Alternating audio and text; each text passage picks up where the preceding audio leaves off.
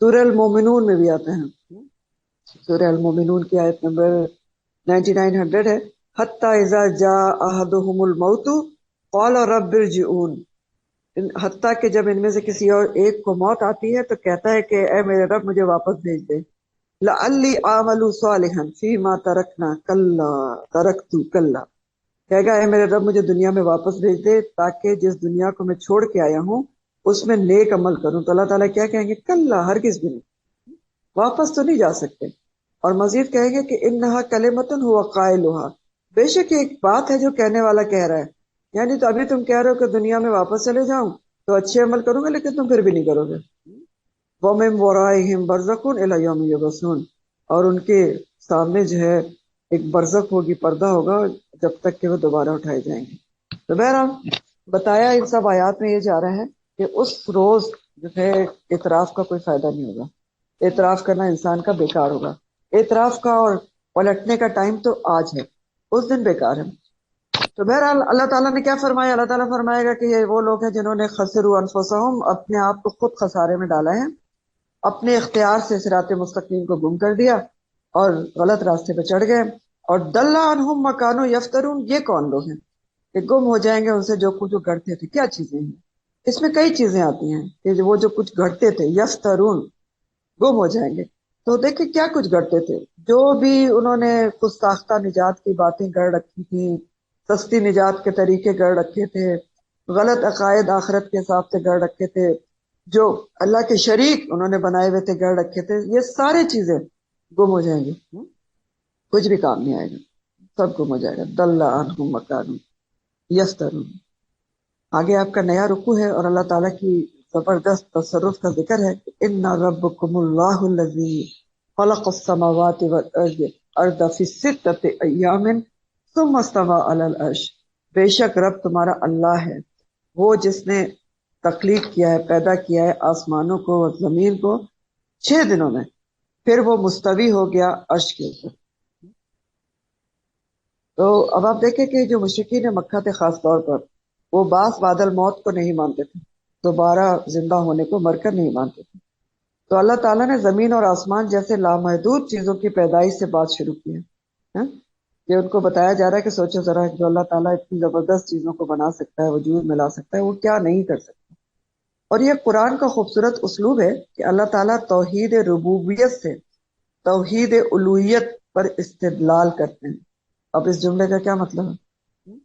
توحید ربوبیت کیا ہوتی ہے اور توحید الوہیت کیا ہوتی ہے؟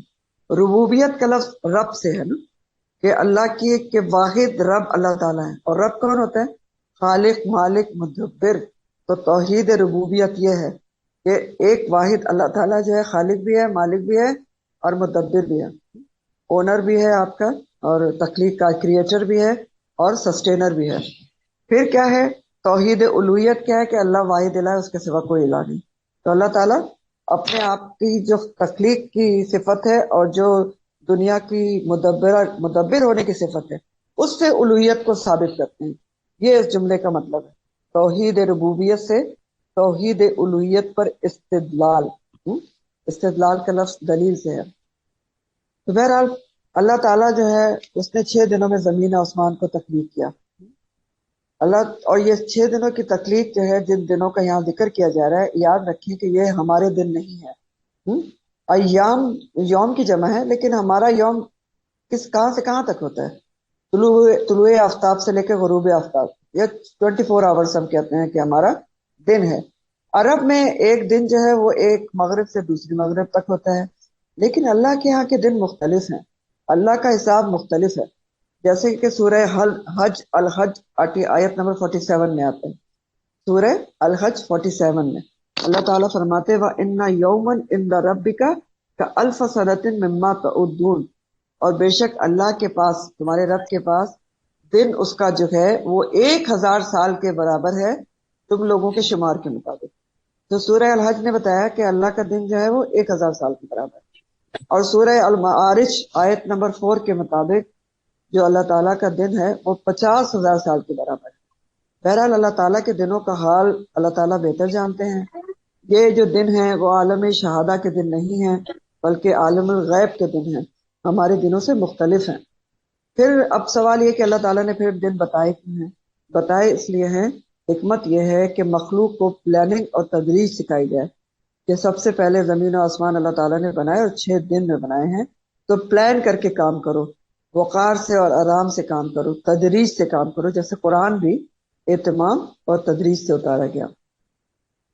اللہ سبحانہ تعالیٰ نے آسمانوں اور زمین کو 6 دن میں بنایا، ثم استویٰ علی العرش، پھر عرش پر مستوی ہوا، عرش پر مستوی ہوا۔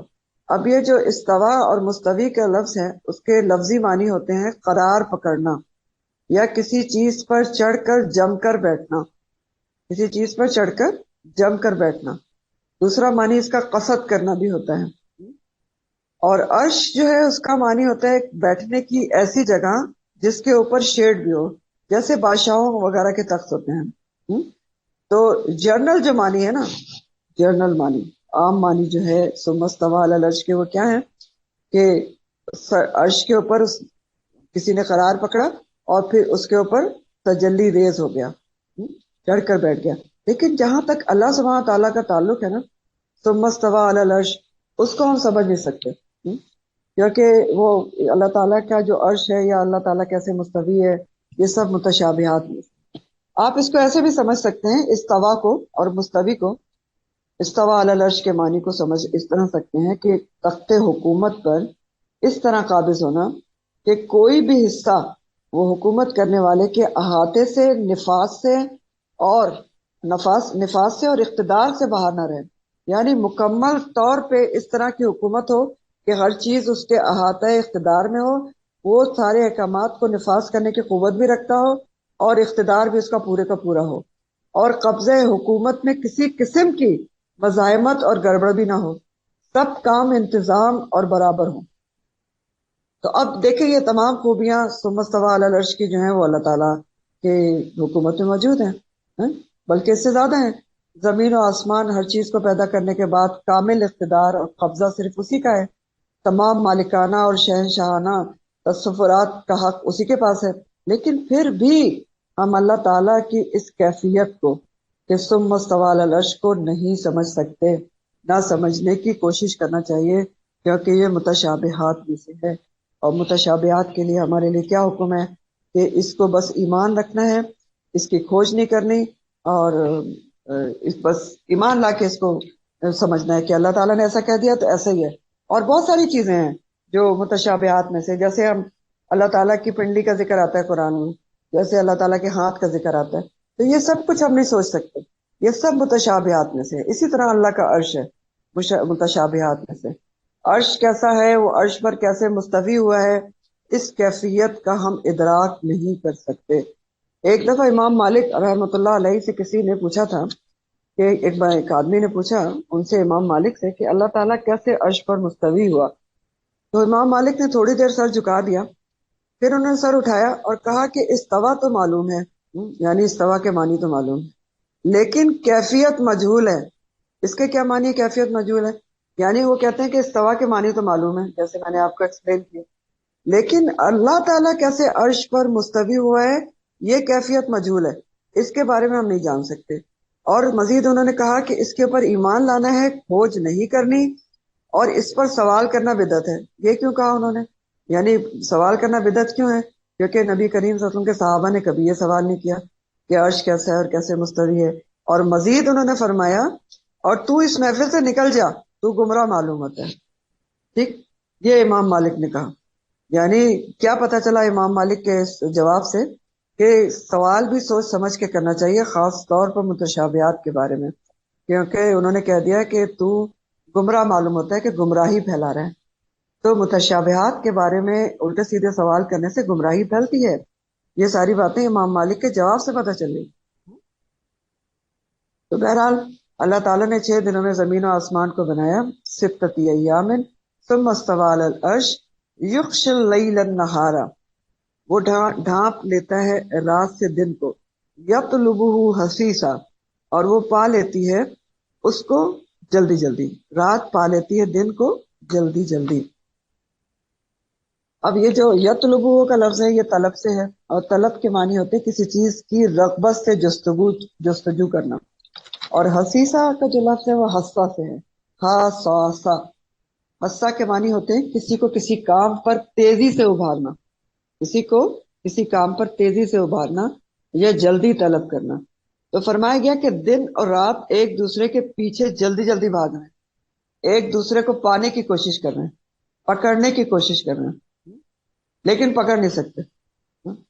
پکڑنے کی کوشش کیوں کر رہے ہیں، یہ کیوں بتایا گیا؟ یعنی اللہ تعالیٰ کی تابع داری کر رہے ہیں، ایک دوسرے کے پیچھے تابع داری کے ساتھ چل رہے ہیں۔ کوئی یہ اللہ تعالیٰ کے حکم کو مس نہیں کر سکتا۔ یہ نہیں ہو سکتا کہ جو رات ہے وہ دن کے درمیان سے شروع ہو جائے، یا دن جو ہے رات کے درمیان سے شروع ہو جائے۔ تیزی سے ایک دوسرے کے پیچھے جا رہے ہیں کہ اللہ تعالیٰ کی فرما برداری کریں، ہاں، لیکن پکڑ نہیں سکتے۔ کیوں نہیں پکڑ سکتے؟ کیونکہ سورہ یاسین میں اللہ تعالیٰ نے فرمایا ہے لَلشَّمْسُ يَنبَغِي لَهَا أَن تُدْرِكَ الْقَمَرَ وَاللَّيْلُ سَابِقُ النَّهَارِ وَكُلٌّ فِي فَلْكٍ يَسْبَحُونَ۔ سورج کی مجال نہیں کہ چاند کو جا پکڑے، اور نہ رات دن سے پہلے آ سکتی ہے، سب کے سب اپنے مدار میں، اپنے آربٹ میں تیر رہے ہیں، اللہ کے حکم کے مطابق اپنی اپنی جگہ اپنا کام کر رہے ہیں۔ تو جلدی جلدی ایک دوسرے کے پیچھے تو جا رہے ہیں، تابع داری کر رہے ہیں، لیکن پکڑ نہیں سکتے، کیونکہ اللہ تعالیٰ نے پکڑنے کا حکم ہی نہیں دیا۔ تو آرگنائز طریقے سے چل رہے ہیں۔ تو انڈائریکٹلی اس آیت سے ہمیں یہ بھی پتہ چلا کہ کائنات میں دن اور رات مختلف جگہ پر مختلف ہوتی ہیں۔ کیسے پتہ چلا؟ ایک دوسرے کے پیچھے ہے نا، کہیں دن ہوتا ہے تو کہیں پر رات ہوتی ہے۔ تو آپ کو پتہ ہے کہ ایسا ہی ہوتا ہے۔ تو کہنے کا یہ کیا مطلب ہوا کہ ایک دوسرے کے پیچھے بھاگ رہے ہیں؟ یعنی دن اور رات بھی مسلسل حرکت میں ہے، اور حرکت ساری ان کی جو ہے وہ اللہ کی تابع داری میں ہے، اللہ کے حکم کے مطابق۔ ٹھیک، ذرا بھی ادھر سے ادھر نہیں ہو سکتے، ایک دوسرے کے پیچھے ہی رہیں گے ہمیشہ۔ ہاں، نہ جو ہے سورج چاند سے پہلے نکل سکتا ہے، نہ چاند سورج سے پہلے نکل سکتا ہے، جس وقت اس نے نکلنا ہے اسی وقت آئے گا۔ نہ واللیل سابق النہار، رات جو ہے دن سے پہلے آ سکتی ہے۔ یہ سب اس کے حکم کے مطابق چل رہے ہیں۔ تو یہ کیوں بتایا گیا؟ کہ یہ اس کے مدبر ہونے کی نشانی ہے۔ اللہ تعالیٰ جو خلق السماوات والارض ہے فی ستۃ ایام، وہ مدبر بھی ہے اور سب تدبیر کر رہا ہے۔ تو یہ ساری چیزیں اس کی مدبر ہونے کی نشانی ہے، سسٹینر ہونے کی نشانی ہے۔ والشمس والقمر والنجوم مسخرات بامرہ، اور سورج اور چاند اور ستارے وہ بھی مسخر کیے ہوئے ہیں اس کے حکم کے ساتھ۔ سورج، چاند، ستارے سب مسخر ہیں اس کے حکم کے ساتھ۔ یہ مسخر کا لفظ ہے نا، یہ سخرہ سے ہوتا ہے، سخرتن کی جمع ہے، اور سخرہ کے معنی ہوتے ہیں اضطراری اطاعت، یعنی جو چیز جس کام کے لیے پیدا کی گئی ہے وہی کرے، اور اس میں اپنے ارادے اور اختیار کا کوئی دخل نہ ہو۔ تو یہ ساری چیزیں، سورج ہو یا چاند ہو یا ستارے، سیارے، سب مسخرات، اسم فاعل جمع مؤنث ہے، اس کے حکم کے ساتھ مسخر ہیں، اپنی مرضی سے کچھ نہیں کرتے، سب اللہ کے حکم کے مطابق اپنے اپنے کام کر رہے ہیں۔ پوری کائنات جو ہے وہ اس کے حکم کے مطابق چل رہی ہے۔ یعنی یہ بتایا جا رہا ہے کہ اللہ تعالیٰ نے زمین و آسمان بنائے، پھر عرش پر مستوی ہو کر خدا نخواستہ صرف بیٹھا ہوا نہیں ہے، بلکہ پوری کائنات کو معبود واحد چلا رہا ہے، کنٹرول کر رہا ہے، تدبیر کر رہا ہے اس کی۔ دن رات کے آنے جانے میں بھی سورج، چاند، ستارے بھی جو چل رہے ہیں، کام کر رہے ہیں، اس کے حکم کے مطابق کر رہے ہیں، اپنے اپنے وقت پر نکلتے ہیں، اپنا اپنا کام کر رہے ہیں، اس کی تدبیر کے حساب سے حرکت میں ہے۔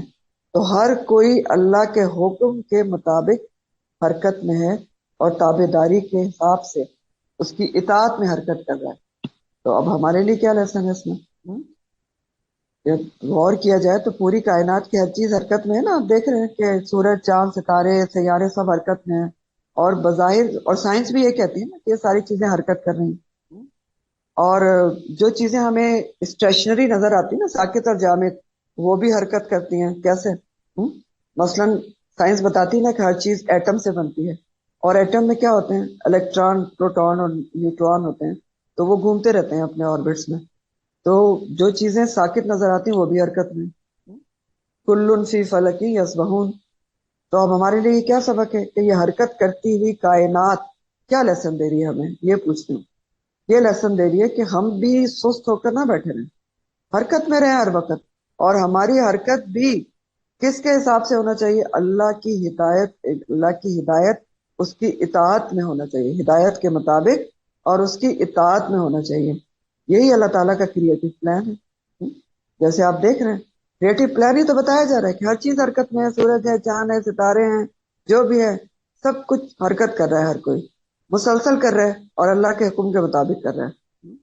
تو ہم نے بھی کیا کرنا ہے، سبق ہے ہمارے لیے کہ حرکت میں رہیں، کوشش کریں اور محنت کریں، اور کس حساب سے کریں، اللہ کے حکم کے مطابق کریں، کیونکہ وہی کام آئے گی. مزید کہا گیا کہ اللہ خبردار، لہ الخلق والامر، اسی کے لیے ہے پیدا کرنا یا پیدائش، والامر، اور اسی کے لیے ہے سارا حکم کرنا.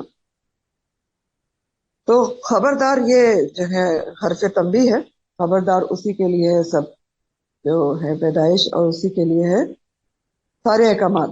تو خلق کا جو لفظ ہے یہاں بمانی مخلوق آ رہا ہے، یعنی ہر چیز کی پیدائش اسی نے کی ہے، اسی کی مخلوق ہے، یہ کہا جا رہا ہے.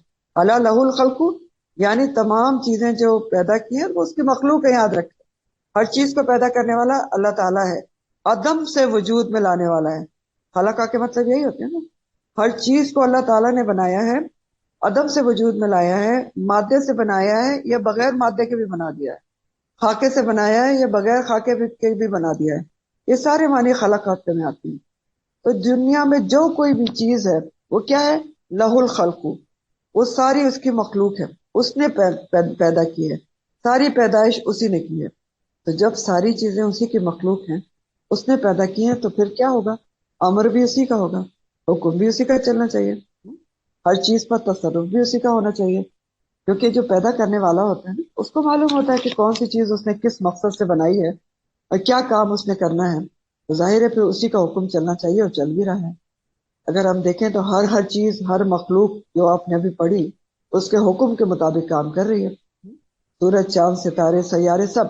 اس لیے انسان کو بھی کیا چاہیے کہ جن چیزوں میں اس کو اختیار اور ارادہ ہے اس میں بھی انسان بھی اللہ کے احکامات کو مانے، کیونکہ انسان بھی تو اللہ کی مخلوق ہے. اور اللہ تعالیٰ نے انسان کو تو بہت ہی احسن و تقویم پر بنایا ہے، اشرف المخلوقات بنایا ہے، اور رزق بھی انسان اسی کا دیا ہوا کھاتا ہے. پروان بھی وہی چڑھا رہا ہے انسان کو، رب ہے نا. رب کا دوسرا معنی ہوتا ہے تدریج سے پروان چڑھانا. تو پھر امر بھی اس کا چلنا چاہیے، چاہے آپ کے پاس ارادہ اور اختیار ہے، لیکن پھر بھی کیا ہے، آپ بھی اسی کی تخلیق ہیں. تو پھر والامر، حکم بھی اس کا چلنا چاہیے. تبارک اللہ، تو بہت بابرکت ہے اللہ تعالی رب العالمین، جو رب ہے تمام جہانوں. تبارک اللہ، تبارکہ کا جو لفظ ہے نا وہ بارکہ سے ہوتا ہے، برکت سے. تو بارکہ کا مطلب کیا ہوتا ہے، برکت. کہ جو چیز جیسے بنائی گئی ہے وہ خیر کثیر سے مالا مال ہو، اور تمام برکتیں جو اس سے وابستہ ہیں وہ پہنچا بھی رہی ہو دوسروں کو. تو یعنی برکت کے آپ اگر لفظی معنی لیں تو برکت کا مطلب ہوتا ہے کہ جن متوقع فوائد اور خیر و بھلائی کے لیے، برکت کا لفظی معنی لکھ لیں کہ جن متوقع فوائد اور خیر و بھلائی کے لیے کوئی چیز پیدا کی گئی ہے وہ پورے فوائد اس سے حاصل ہو جائیں. تو اب یہاں پر اللہ تعالیٰ کے بابرکت ہونے کا مطلب کیا ہے کہ اللہ تعالیٰ نے کائنات کی جو چیز بھی جس مقصد کے لیے بنائی ہے اس سے وہ پورے فوائد بھی مخلوق کو دلوا رہا ہے، ہر چیز مخلوق کو فائدہ پہنچا رہی ہے. تو ایک لفظ ہوتا ہے بارکہ اور ایک ہوتا ہے تبارک. تو تبارک میں زیادہ مبالغہ پایا جاتا ہے، بہت بابرکت کے معنی میں آتا ہے، کیونکہ یہ باب تفاعل ہے، تبارکہ تفاعلا، کیونکہ اور باب تفاعل میں مبالغے کا مطلب پایا جاتا ہے. اور یہ لفظ قرآن میں اور جگہ بھی آیا ہے، سورہ الفرقان میں آتا ہے تبارک الذی نزل الفرقان علی عبدہ لیکون للعالمین نذیرا. بہت بابرکت ہے وہ ذات جس نے فرقان کو نازل کیا، قرآن کو، اپنے بندے کے اوپر، تاکہ وہ تمام جہان والوں کے لیے خبردار کرنے والا ہو جائے. سورہ ملک میں بھی آپ پڑھتے ہیں تبارک الذی بیدہ الملک. بہت بابرکت ہے وہ ذات جس کے ہاتھ میں تمام خیر اور بھلائی ہے، بادشاہت ہے. تو اس اللہ تعالیٰ بہت بابرکت ہے، یعنی اللہ تعالیٰ کی ذات بابرکت ہے تمام عالموں کے لیے جن کا وہ رب ہے، تمام عالموں کا. اب چاہے وہ کوئی بھی عالم ہو، عالم بہت سارے ہیں، یہ تو آپ نے شروع میں پڑھا تھا الحمدللہ رب العالمین. تو عالم تو بہت سارے ہیں، عالم انس ہے، عالم جن ہے، عالم ارواح ہے، عالم برزخ ہے، عالم ملائکہ ہے. تو ان سب عالموں کا جو تمام عالم ہے وہ سب اللہ تعالیٰ کی برکات سے جو ہے مفید ہو رہے ہیں، مستفید ہو رہے ہیں. تو بہرحال پیدا کرنا کیا ہے؟ خلق ہے.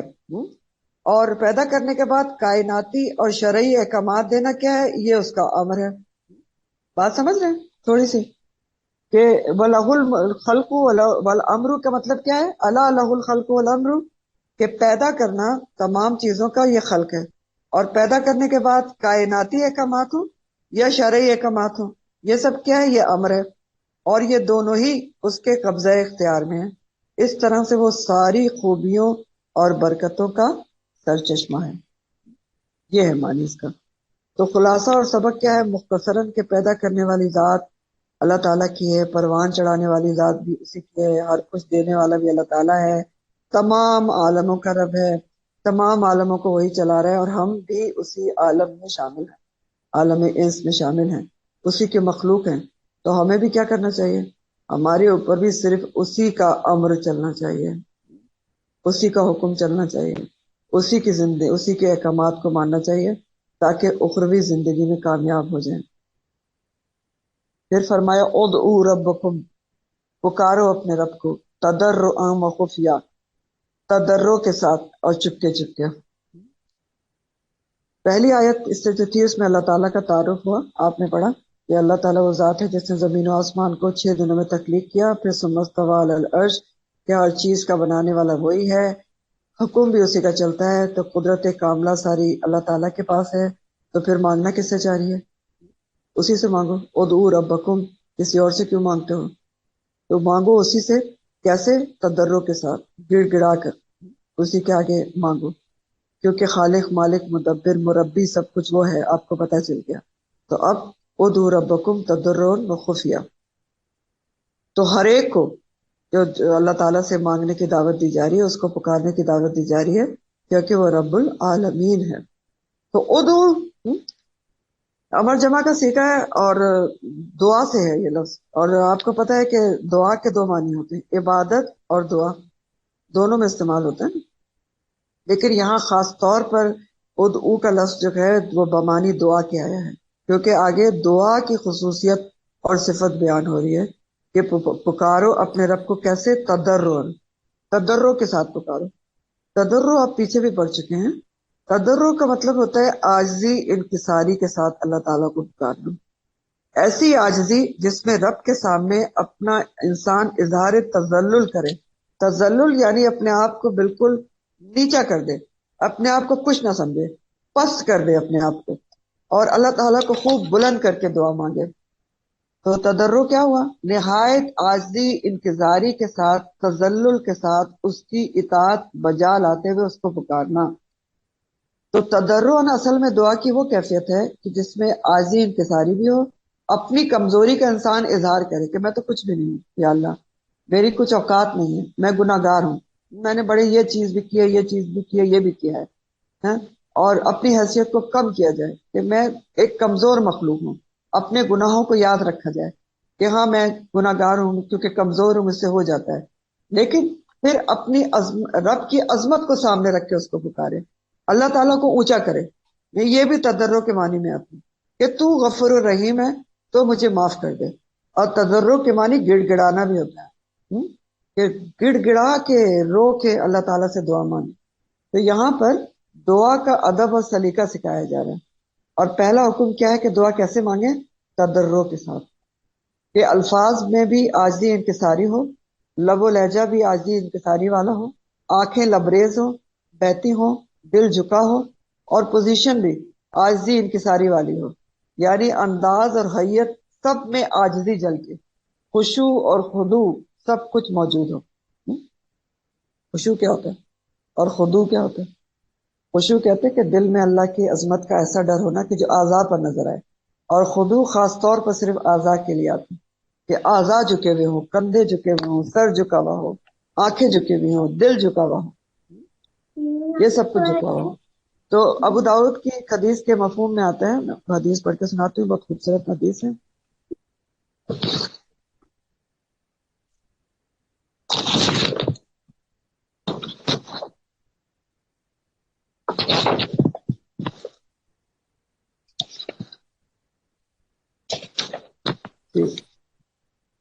ابو ہریرہ رضی اللہ تعالیٰ عنہ سے مروی ہے کہ انہوں نے فرمایا کہ نبی کریم صلی اللہ علیہ وسلم نے فرمایا کہ اللہ تعالیٰ جو ہے وہ غافل دل کی دعا قبول نہیں کرتا. غافل دل کی دعا قبول نہیں کرتا ہے. غافل دل کون سا ہوتا ہے؟ غافل دل کیسا ہوتا ہے؟ یعنی آپ کے لبوں پہ کچھ اور ہے اور دل پہ کچھ اور ہے. ایک اسٹیریو ٹائپ جو دعا نہیں ہوتی وہ غافل دل کی دعا ہوتی ہے. اللہ تعالیٰ غافل دل کی دعا قبول نہیں کرتا. یعنی آپ ایک ہوتا ہے نا کہ ایک دعا آپ کی ایک پیٹرن بن جاتا ہے کہ میں نے یہ مانگنا ہے، بس اسی پہ اسٹیریو ٹائپ دعا مانگے، دل کہیں اور مشغول ہے. تو اس طرح دعا نہیں مانگنا چاہیے.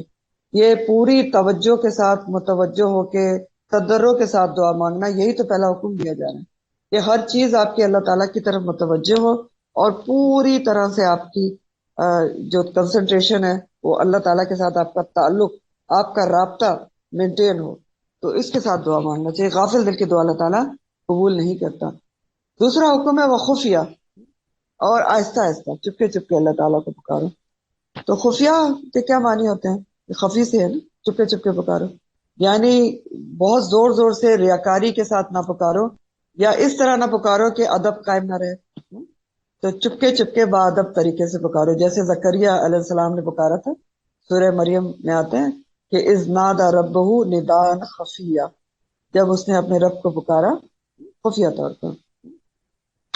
سورہ الاعراف 205 میں بھی آتا ہے وَاذْكُرْ رَبَّكَ فِي نَفْسِكَ تَضَرُّعًا وَخُفْيَةً، اور ذکر کرو اپنے رب کا اپنے نفس کے اندر تضرع کے ساتھ اور خفیہ.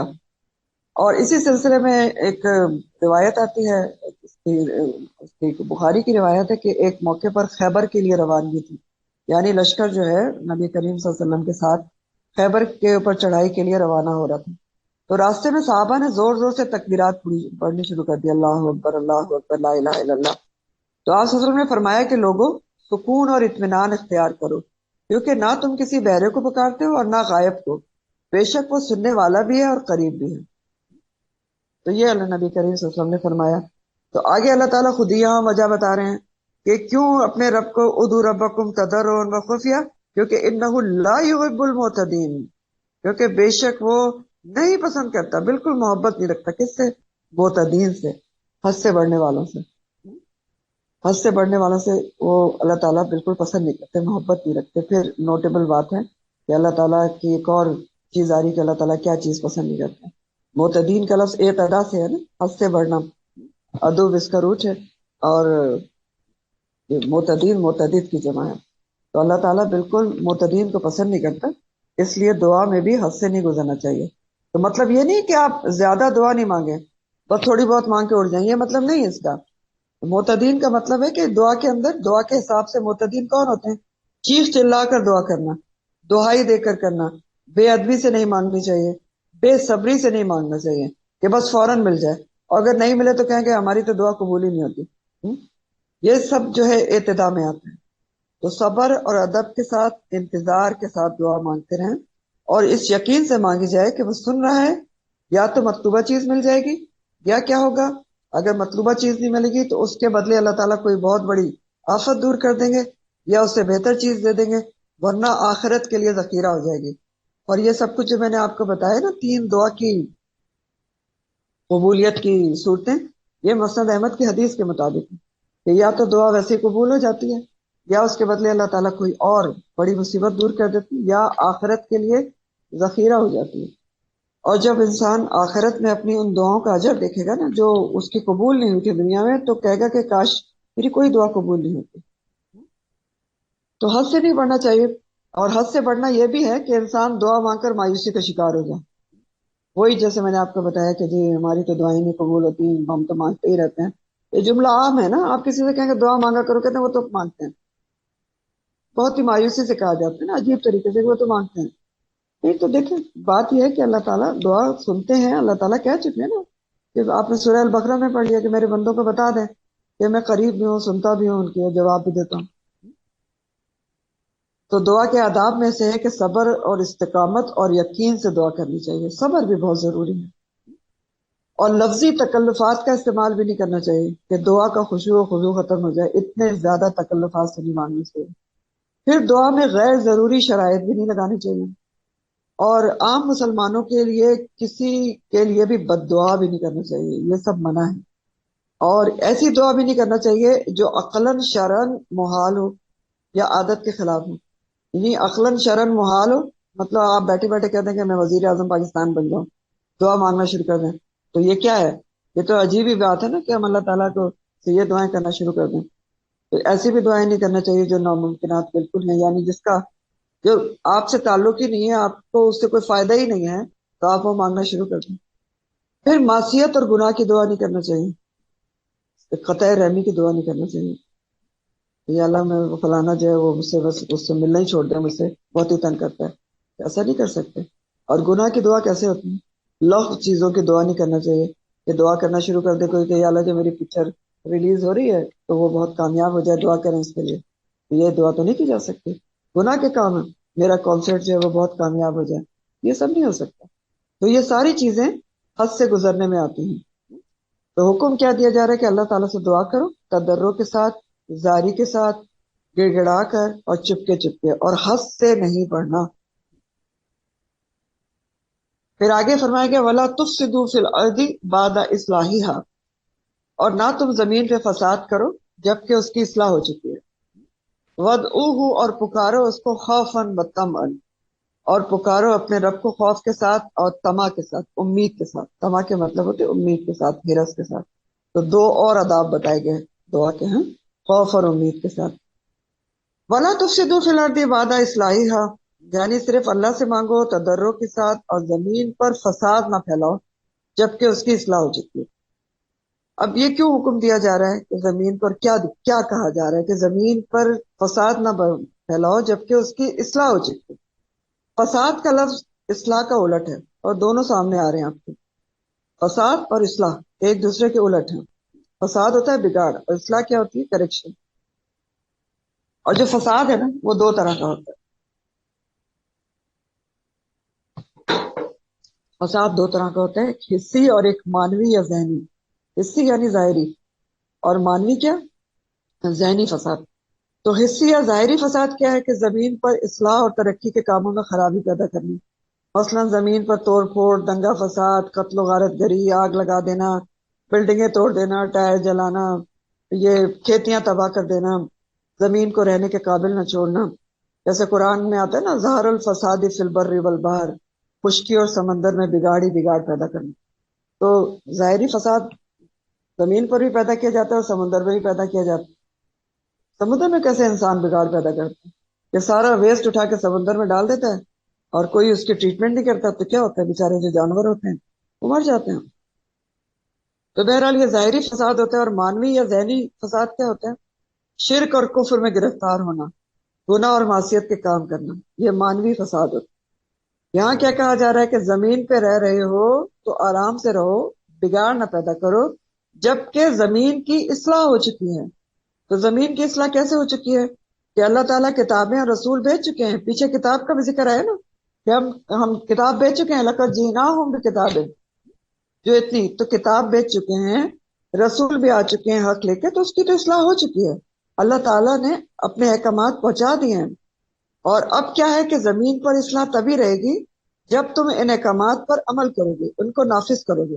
اور اگر یہ کام نہیں کرو گے، اللہ تعالیٰ کے احکامات کو نافذ نہیں کرو گے، زمین پر عمل نہیں کرو گے، نافرمانی کرو گے، معصیت کرو گے، کفر و شرک کرو گے، تو فساد پیدا ہوگا۔ ہاں؟ کائنات کا خالق اللہ ہے، اس کو پتا ہے کہ کائنات کیسے اصلاح میں رہے گی اور امن کے ساتھ رہے گی۔ اگر اس کے احکامات کو نہیں فالو کرو گے، اس کے مقررہ قوانین کے اوپر، اس کے مقررہ قوانین کے مطابق کائنات کو نہیں چلاؤ گے، تو کیا ہوگا؟ بگاڑ ہوگا۔ تو اصلاح کیا ہے؟ اللہ تعالیٰ کے حکم کے مطابق زمین کو چلانا، کتاب کے مطابق، رسول کے حکم کے مطابق زمین کو چلانا۔ اور بگاڑ کیا ہے؟ نافرمانی کر کے زمین پر بگاڑ پیدا کرنا۔ تو مجموعی طور پر اللہ تعالیٰ کی نافرمانی کا دوسرا نام فساد ہے۔ یہ جملہ لکھ رہے ہیں مجموعی طور پر۔ تفسیر تو آپ لکھتے ہوں گے، میرا خیال ہے لکھنا ہی چاہیے، کیونکہ صرف سننے سے تو آپ کل پرسوں بھول جائیں گے، اور ویسے بھی آپ کو پتا ہے کہ سیاہی تولی جائے گی، تو میکسیمم لکھنے کی کوشش کیا کریں۔ تو بہرحال مجموعی طور پر کلیکٹیولی اللہ کی نافرمانی کا دوسرا نام فساد ہے، چاہے انفرادی طور پر کی جائے یا اجتماعی طور پر کی جائے۔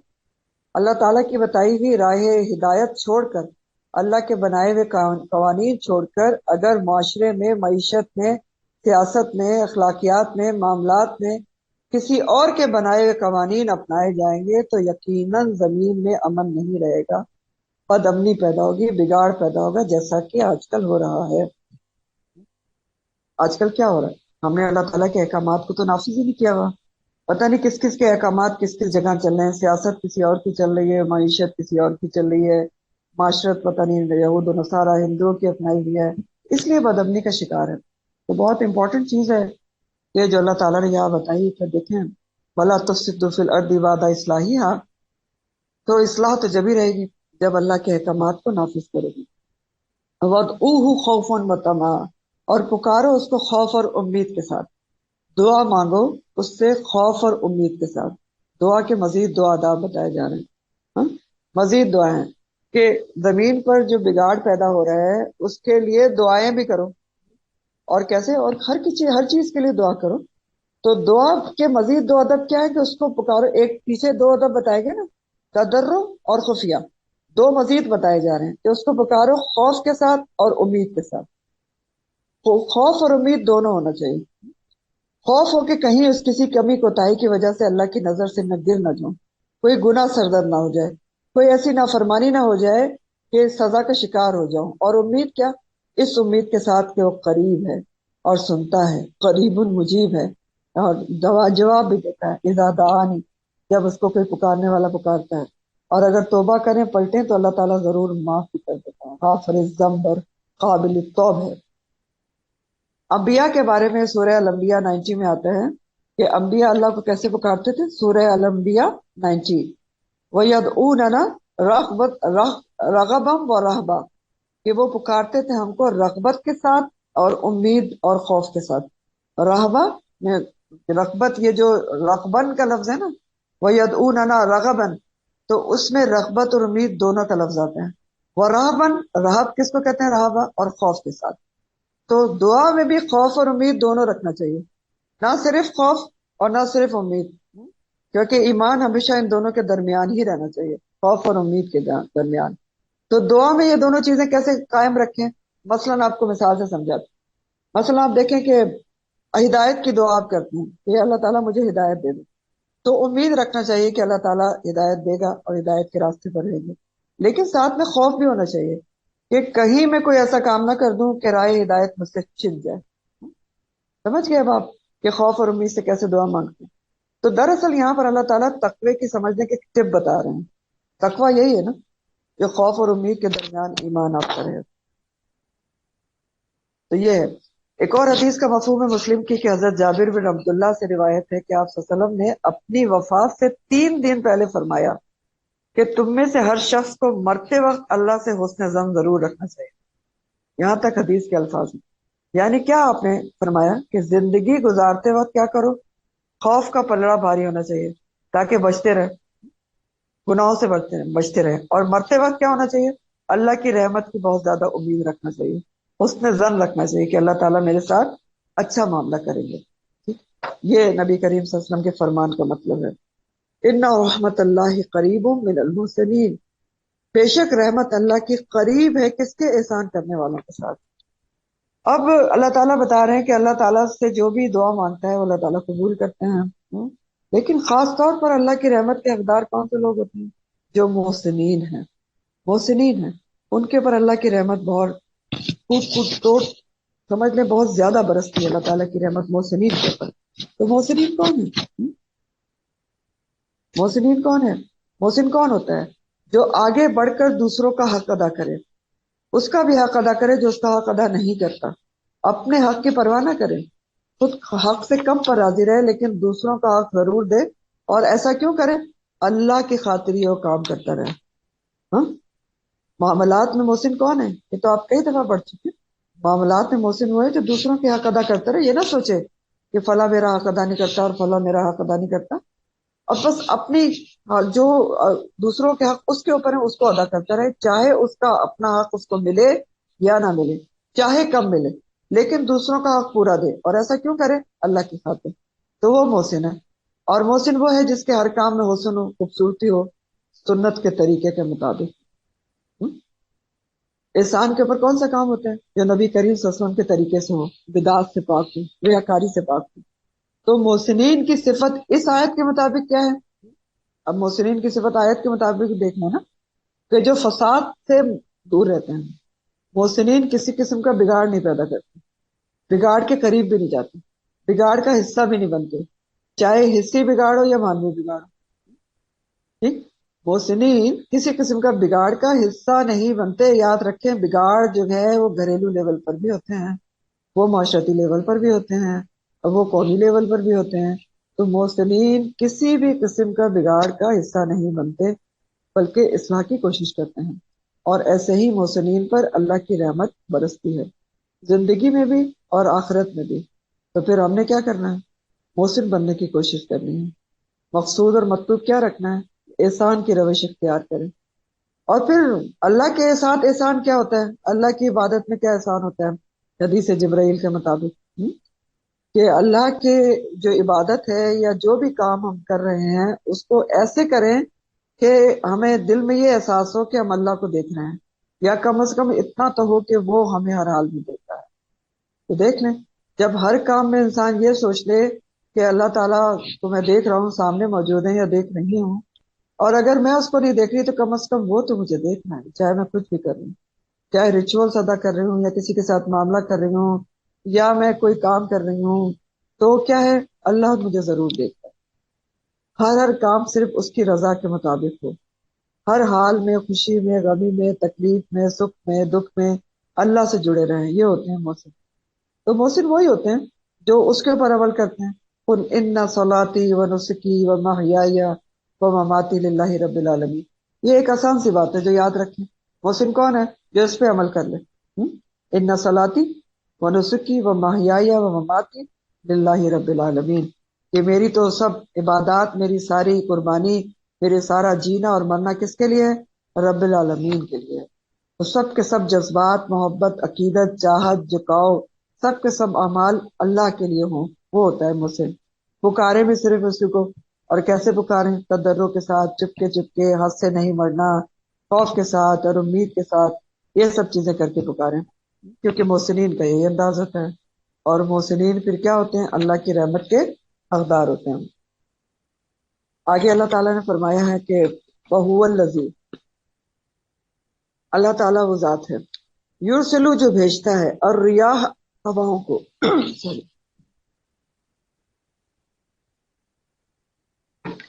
اللہ تعالیٰ وہ ذات ہے جو بھیجتا ہے ہواؤں کو بشرن، خوشخبری بنا کر، بین یدا اور رحمت ہی، اپنی رحمت کے آگے، یعنی رحمت سے پہلے۔ سب سے پہلے تو اس کا مطلب کیا ہے کہ اللہ تعالیٰ ہواؤں کو خوشخبری بنا کر بھیجتا ہے اپنی رحمت سے پہلے۔ یعنی رحمت کیا ہوتی ہے؟ بارش، باران رحمت کہلاتی ہے نا۔ تو اس سے پہلے ہوائیں چلتی ہیں نا، آپ کو پتہ ہے، بڑی خوبصورت ہوائیں، پتہ چل جاتا ہے کہ بارش ہونے والی ہے اور دل بڑے خوش ہو جاتے ہیں، تو خوشخبری ہوتی ہے۔ اب یہاں پر آپ دیکھیں کہ رحمت کا، اور یہ اصل میں بتایا کیوں جا رہا ہے؟ وہی اللہ تعالیٰ کی قدرت کاملہ کا ثبوت دیا جا رہا ہے، اس کے مدبر ہونے کے دلائل دیے جا رہے ہیں۔ سب سے بڑا ثبوت ہے نا اللہ کی قدرت کاملہ کا، اللہ تعالیٰ کے تصرف کی واضح نشانی ہے کہ اسی کا مخلوق ہے اور اسی کا حکم چلتا ہے کہ بارش بھی وہی برساتا ہے، بارش برسنے پر بھی اسی کی حکومت اور اقتدار اور حکم ہے۔ تو یہاں پر فرمایا گیا کہ اللہ تعالیٰ جو ہے وہ ہواؤں کو بھیجتا ہے خوشخبری بنا کر، اور سورہ روم آیت نمبر 46 میں فرمایا ہے، الروم 46، وَمِنْ آیَاتِهِ أَن يُرْسِلَ الرِّيَاحَ مُبَشِّرَاتٍ وَلِيُذِيقَكُم مِّن رَّحْمَتِهِ، اور وہ ہواؤں کو بھیجتا ہے مبشراتن، خوشخبری دینے والیاں بنا کر، تاکہ وہ چکھائے تم کو اپنی رحمت۔ ریاح کا جو لفظ ہے وہ ریح کی جمع ہے، ریحن کی جمع ہے۔ اب ایک بہت انٹرسٹنگ بات یہاں پر یہ ہے کہ ریحن کا لفظ جو واحد میں جب آتا ہے تو عموماً اس کا معنی عذاب والی ہوا ہوتی ہے اگر واحد میں ہے، اور جب جمع میں آتا ہے نا ریاحن، تو پھر اس سے مراد کیا ہوتا ہے؟ خوشخبری دینے والی اچھی ہوائیں مراد ہوتی ہیں۔ تو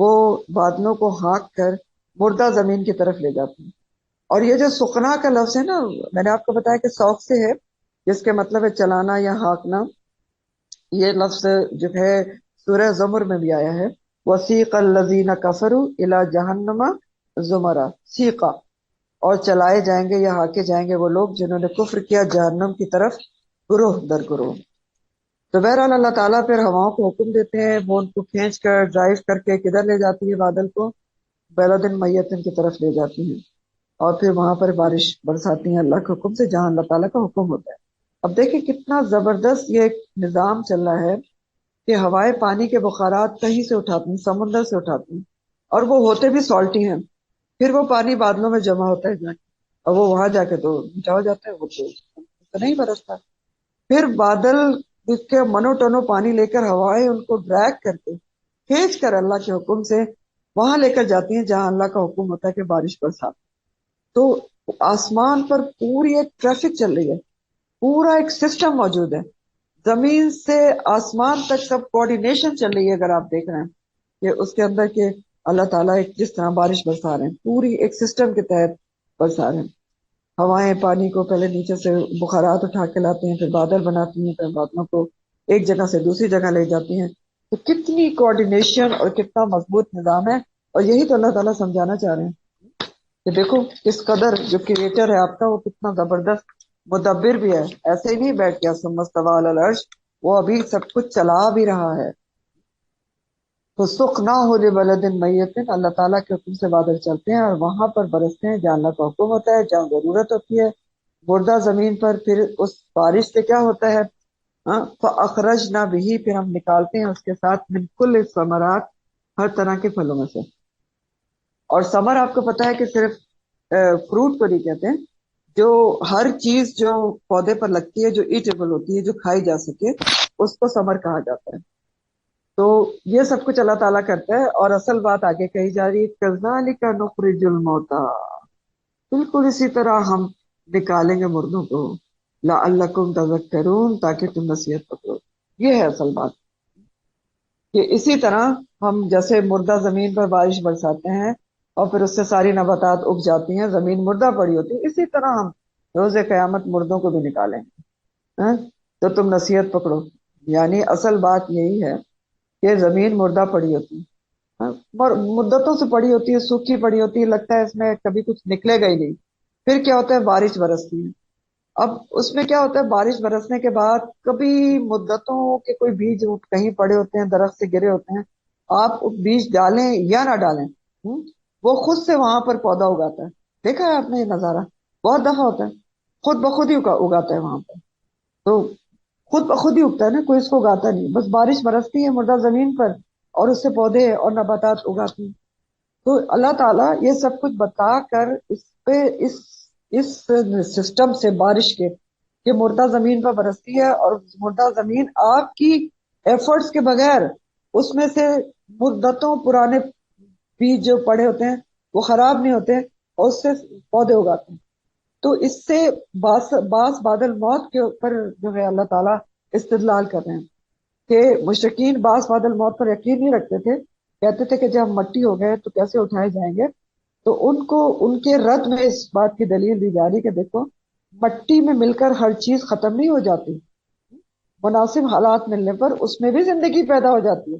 جیسے آپ کو بتایا کہ ایک بیج مدتوں پہلے سے پڑا ہوتا ہے، باران رحمت برستی ہے تو وہ خود بخود ہی اگاتا ہے، طویل مدت کے باوجود بیج ختم نہیں ہوتا. تو اسی طرح انسانی جسم مٹی میں مل کر لاکھ بھی مٹی ہو جائے، اس کی ریڑھ کی ہڈی بیک بون جو ہوتی ہے اس کا آخری سرا جس کو آپ ٹیل بون کہتے ہیں اور جس کو عربی میں عجب الزم کہتے ہیں، وہ پریزروڈ رہتی ہے، کسی حال میں ختم نہیں ہوتی. اور اسی کے ذریعے حدیث کے مطابق اسی کے ذریعے انسان کو، حدیث میں آتا ہے کہ جب دوسرا سور پھونکا جائے گا تو لوگ زمین، ایک بارش برسے گی آسمان سے، اور اس بارش کے ذریعے لوگ زمین سے ایسے اگیں گے کہ جیسے نباتات اگتی ہیں. تو یہ عجب الزم سے انسان کا جو باڈی ہے وہ دوبارہ سے اگ کر ٹھیک ٹھاک ہو جائے گی. تو یہ اللہ تعالیٰ یہاں پر تذکرون کروا رہے ہیں کہ تم نصیحت پکڑو، باس بادل موت پر تم پر یقین آ جائے. تو آخر دعوانا الحمدللہ رب العالمین سبحانک اللہم وبحمدک نشہد ان لا الہ الا انت نستغفرک ونتوب الیک سبحان ربک رب العزۃ عما یصفون وسلام علی المرسلین والحمد للہ رب العالمین ربنا تقبل منا انک انت السمیع العلیم وتب علینا انک انت التواب الرحیم آمین یا رب العالمین. السلام علیکم ورحمۃ اللہ وبرکاتہ.